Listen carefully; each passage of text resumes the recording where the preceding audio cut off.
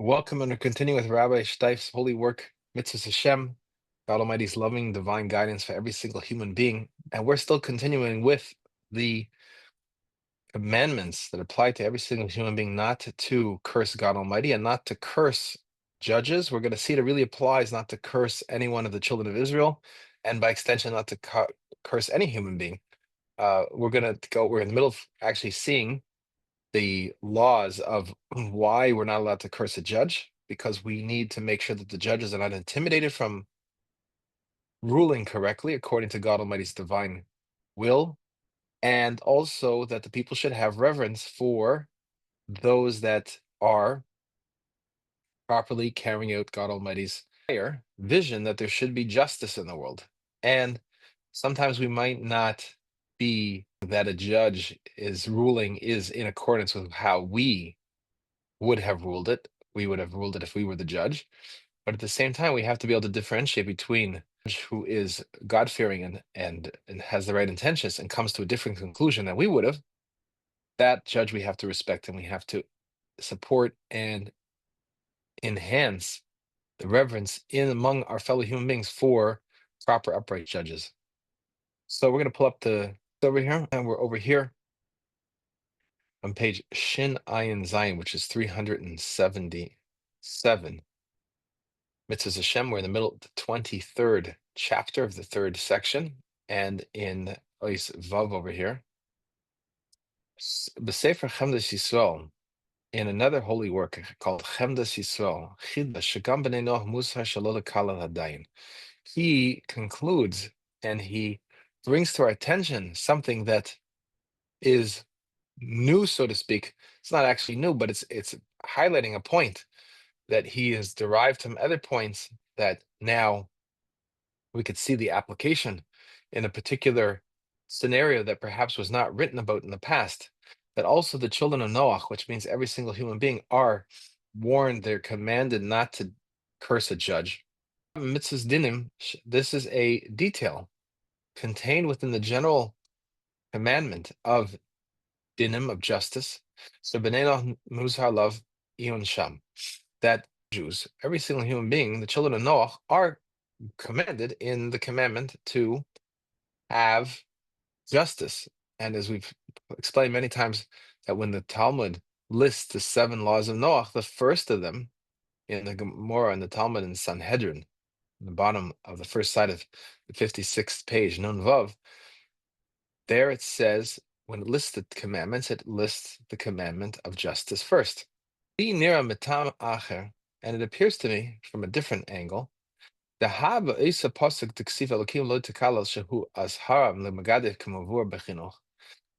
verse that says, don't curse Elohim, written with a hey, so it would say Elohim.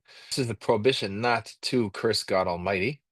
And we saw also that we can learn that the same word that's used to refer to God Almighty can be used to refer to judges. So therefore, there's one way to learn it out, the prohibition against cursing judges. But he's bringing out here that this is the prohibition of the simple meaning of the verse. It's the prohibition against cursing God. That within that prohibition itself, not to curse God Almighty, is contained the prohibition to curse a judge. And since children of Noach are commanded or warned with the prohibition that's contained in the verse, God, you shall not curse, because it is contained within this general prohibition of Megadef, which means to say, to weigh at or to scrape away at the omniscience and the power and omnipotence and so forth of God Almighty. So anything that does that is contained with the prohibition of Megadef. Since they're commanded on this general commandment of not cursing God, then they are also included, they're also warned on the prohibition against cursing a judge, because this prohibition of cursing a judge is included within the verse that says, don't curse God Almighty. This prohibition against cursing a judge is found within the exact same verse that prohibits the cursing of God Almighty, because the same word that refers to God Almighty can also be understood to refer to judges, and therefore included automatically for every single human being that the verse applies to, which is no human being allowed to curse God Almighty. So there's a difference between the way Rabbi Steif is coming to understand that the non-Jew is prohibited to curse judges, is he's coming at a different angle. He's coming from a different, he's elucidating this from a different perspective. Whereas Chemdas Yisrael, the holy work that at the beginning over here, non-Jew can't curse a judge, because cursing a judge would be undermining the principle, the law of that they have and implement justice. Since detail, obviously, curse the judges, you're undermining justice. So therefore, every non-Jew is included has an obligation to have justice, and therefore, anything that would undermine justice, which includes cursing a judge, is included in that, and therefore it applies to every non-Jew. Rabbi Steif comes from a different angle. He says, no, the very verse itself that says, don't curse God Almighty, that also means don't curse judges. So since the part of the verse, the way we understand the verse to mean curse God Almighty applies to every single human being, so too the understanding of the verse to means don't curse judges applies to every single human being, and gives a different perspective on cursing a judge. Why?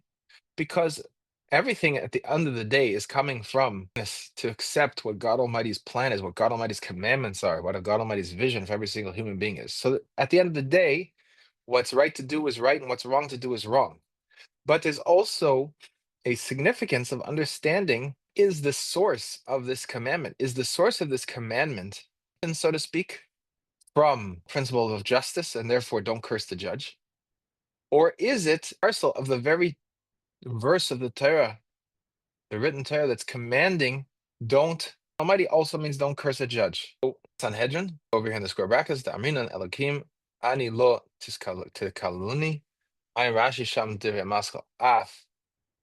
Look at the Sanhedrin, Ein Sham Daminum Ben Ken Le'inyan Yisrael Sheyalif Chayil Mukdash Mukaidish, I'm sorry, or Kodesh Machayil, Le'inyan Shnei Azharas Halulu, bringing out that this is a deeper learning to go, and we're not going to go into the details of this right now. The whole explanation of why he's bringing this out. So in came Yishloma Dahu Din Benayah Yalfinan Mahadade, Kedarin Sham Shma Minei Tarte. Anamnira does Harad Benayah Shalola Gadif, Eno Matam Dixifa Lakim Lo Tikalo, Elamatam Dixifa Adam Harishon Yitzav that Shem Lakim. So here we have a question, which is, what's the source of these commandments? Is the source of the commandments what was commanded to Adam Arishon, the first man? There's a verse that God Almighty commanded him, and that includes, in that verse we understand it to refer to the 6 commandments that were commanded to Adam Arishon. Or is it the verse later in the Torah that says don't curse God Almighty? Which is the one that applies to the source of this commandment that applies to every single human being? So in this square brackets, Rabbi Steif is basically, as we're seeing, he's going to come up with an argument against what he just said. He brought a perspective that the commandment that applies to non-Jews comes from the verse itself, but now he's raising a question based on other approaches to look at understanding that maybe it doesn't apply. This verse is not the source of the commandment to the non-Jew. Rashinan in the Talmud and Sanhedrin, Elokim lo tikaluni v'eid man desvirle. Design mitzvahs nistab b'nei noyach yalif b'birchas Hashem tevis Hashem kedaminan sham Hashem zu birchas Hashem. He says that there's an opinion that says that how do we learn out the commandment that non-Jews are forbidden to curse God Almighty is from the word, the name, the name of God Almighty in the verse in Genesis that's talks about how Noach was commanded. That is the source. God's name is referring indication that it's prohibited to curse God Almighty. And it also says he who curses God Almighty will be is a capital crime. If this is the case, if this is really the source, the verse in Genesis is really the source for the prohibition of a non-Jew is prohibited to curse God Almighty, then there's you can't learn from this that is also prohibited to curse the judge. Ki'im matam dinim. So that then the reason that we'd fall back on that he's prohibited to curse the judge is based on the prohibition, the requirement for justice, and therefore the kamosha kasab b'sefer Chemdes Yisrael Hanal, just like is explained by the Chemdes Yisrael up here. So basically, this brings out a very, very important point for us: the concept of rigorous honesty in our Torah learning, because Rabbi Steif brings an opinion, and then he brings his own opinion, which appeals to him, to give a different, perhaps even more powerful reason than the opinion of the Chemdes Yisrael. The Chemdes Yisrael was based on learning this out from the general concept of the general commandment of justice. Rabbi Steif says, no, I can learn it out from the verse, not to curse God. That is what tells us not to, that the non-Jew can't curse a judge. Then Rabbi Steif then writes a whole explanation that weakens his prior statement and sort of negates his prior statement and brings him back to concluding that we would have to rely on the opinion of the Chemdes Yisrael. So this is for everybody in terms of how we learn Torah. We learn Torah with humility, meaning to say we have to see all sides, and sometimes it could very appeal to us a certain perspective. This is the approach. This is what we need to focus on. This is the angle. I like this. This appeals to me. But we also have to be willing and open to ourselves continue to explore the subject and maybe discover that there's other angles to look at it that actually undermine what we just said was the correct approach to something, and have to really evaluate everything in context. Now, over here, the end result is the same, meaning to say that it was forbidden to curse a judge. So why is this discussion important to us? Well, the discussion is important to us because every aspect of Torah, every word of Torah is deepening our appreciation and connection with God Almighty's wisdom and God Almighty's will, divine wisdom and his divine will. So every detail makes a difference, even if it's a detail that's not going to make a practical difference in terms of understanding that it's prohibited to curse God Almighty and it's prohibited to curse a judge. Process of learning from every angle and understanding it gives us a deeper and deeper appreciation and a deeper understanding, not only of God Almighty and not only of his Torah, but of ourselves, to recognize and to become more and more, have more and more humility, to recognize that this is not ultimately our intellect at work. It's not our intellect that is the genesis of these ideas. This is really God Almighty's divine wisdom, and we are benefiting from the divine wisdom that has been articulated and elucidated by thousands of and tens of thousands of people who dedicated themselves, that the Jewish people dedicated themselves to learning God Almighty's Torah and to continue to teach it, and to teach it in an unadulterated way without allowing any foreign influences into it, to go from generation to generation. So we have it today in a pure form, with the benefit of all these discussions and all these ways of elucidating it, so that we can get to a greater and greater clarity in the infiniteness of God Almighty's divine wisdom, that all translates into a practical course of action for every single human being. So like we said much earlier when we started this whole learning together, that we have to come to a bottom line. We cannot get stuck in, oh, maybe it's like this, or maybe the reason's like that. We're not sure. There's a debate over this. So here's a perfect example where we see that you can have a debate. Rabbi Steif is first debating with the Chemdes Yisrael, and then he's debating with himself, and now taking the side of the Chemdes Yisrael, so to speak. And at the end of the day, however, he's writing a book, a holy work of practical guidance for every single human being. But he's showing us the behind the scenes process of articulation of God Almighty's divine wisdom. But at the same time, as much as we want to go into that articulation, understand the behind the scene reasons of it, we also understand that there is a bottom line.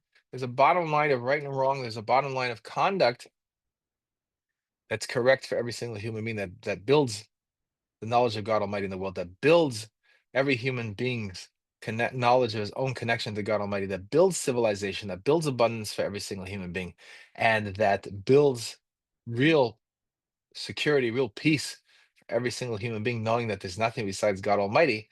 And the every single detail of every single commandment practically enhances the life of every single human being, uplifts every single human being.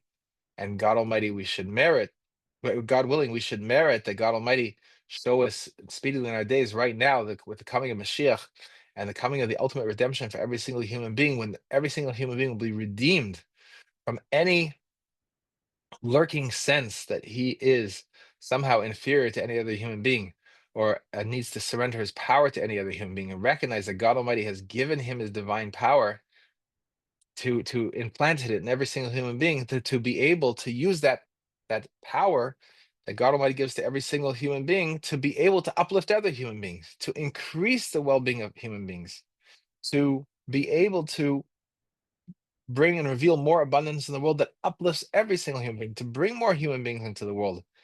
And we should, God willing, merit to speedily now Siach, and we should merit to the redemption. We should merit to 80 billion human beings in the world, and know that this is God Almighty's direction, and that God Almighty's intention is that all 80 billion human beings will have the merit and the opportunity to come and pray in the house of prayer that God Almighty declares is a house of prayer for every single human being, when they will come and express their gratitude to God Almighty that they have seen this day, when there is revealed in the world that there's nothing besides God Almighty. And that is what we're praying for. That's what we're working for. And the God Almighty, we should experience that now.